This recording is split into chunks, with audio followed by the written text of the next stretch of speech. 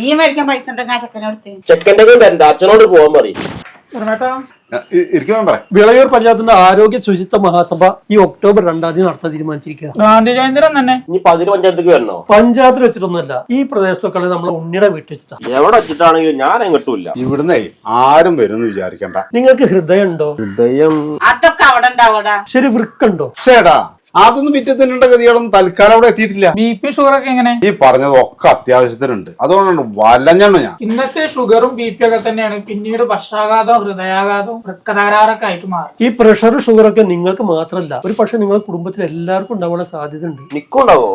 ഇങ്ങനെയുള്ള സംശയങ്ങൾ ദൂരീകരിക്കാനും അതിനുള്ള പരിഹാരങ്ങൾ കാണാൻ തന്നെയാണ് നമ്മുടെ പഞ്ചായത്ത് ഈ ഒരു പരിപാടി സംഘടിപ്പിച്ചിട്ടുള്ളത്. അതുകൊണ്ട് നിങ്ങൾ എല്ലാവരും വരണം, വരാതിരിക്കരുത്. അങ്ങനെയൊക്കെയാണല്ലേ. എന്നാ പിന്നെ ഞങ്ങളും വരാട്ടോ. കുറച്ച് ആസ്പത്രി പോക്കെങ്കിലും ഒന്നോട് കുറഞ്ഞു കിട്ടിയാലോ.